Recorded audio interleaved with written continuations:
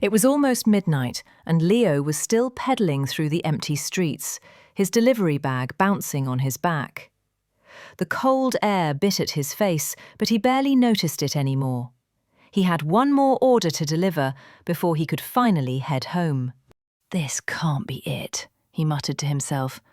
"I went to university for this." Leo had graduated top of his class in audiovisual communication. He had applied to more than 40 jobs in his field and received either rejections or, worse, no response at all. After months of trying, he gave up on finding a job related to his degree and signed up for a food delivery app. It was supposed to be temporary, just a few weeks to make some money. That had been 8 months ago. Earlier that day, he had woken up late after working a double shift the night before. His roommate, Carla, was already in the kitchen reheating instant noodles. "How was the night?" she asked. "Same as always," Leo said. "Rain, rude customers, and barely enough tips to cover fuel." Carla nodded. "You know, I had an interview yesterday." "Really? For what?" "A teaching assistant position at a private school, part-time, minimum wage." "But they want a master's degree and at least 3 years of experience."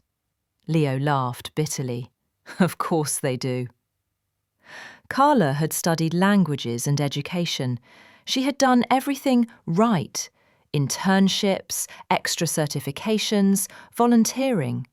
Still, she was working part-time at a call centre and giving private English lessons to make ends meet. "I just wish things were fair," she said. "We were told if we studied and worked hard, we'd have opportunities." "Yeah," Leo replied. "We should have been warned that a degree doesn't guarantee stability anymore."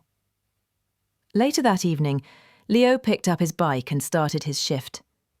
As he waited outside a burger place for the next order, he opened the group chat with his university classmates. Someone had shared a photo. One of their former professors on TV giving a speech about the success of young professionals in the digital era. Leo stared at the screen. Success? He had friends working for free in media companies to gain experience, others who had left the country, and some who had given up entirely and changed careers. The app pinged. New delivery, 15 minutes away. As he cycled, he thought about his dream of becoming a documentary filmmaker.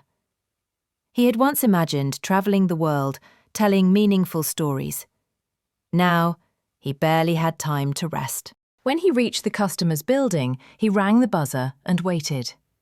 A young man opened the door in designer clothes, phone in one hand, watching a movie on a massive screen behind him. "Thanks, bro," he said casually, without looking up. No tip. Leo got back on his bike. As he rode into the night, he wondered how many others like him were out there, overqualified, underpaid, and unseen. Back at the apartment, Carla was on her laptop. "Another rejection," she sighed. Leo sat beside her. "We need to do something different." "Like what? We can't afford to stop working. Rent's due next week." "I don't mean quitting everything. I mean telling our story. All of it." She looked at him, intrigued.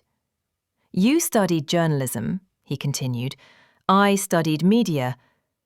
What if we made something? A documentary. About us. About people like us.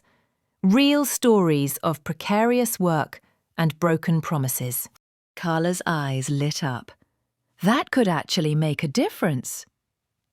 "Maybe not right away," Leo said. "But we'd at least be doing what we believe in." The next morning, they started planning. They reached out to friends, recorded interviews, collected data, filmed their daily routines. Slowly, something took shape. A raw, emotional, honest portrait of a generation promised everything and given scraps. They called it the Midnight Delivery. It took 3 months, Dozens of sleepless nights and every spare second they had. But when they uploaded the final version, they felt something they hadn't felt in a long time. Pride. The documentary began to spread, first among friends, then online. Comments poured in. "This is my story too. Thank you for saying what we've all been feeling. I thought I was alone in this." They were even invited to speak at a university event about youth and labour. Carla spoke about the mental toll of uncertainty. Leo shared how he had felt invisible, delivering food while carrying a degree no one cared about.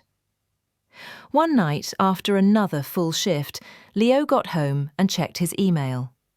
There was a message from a documentary platform. "We saw your film. We'd love to collaborate on your next project."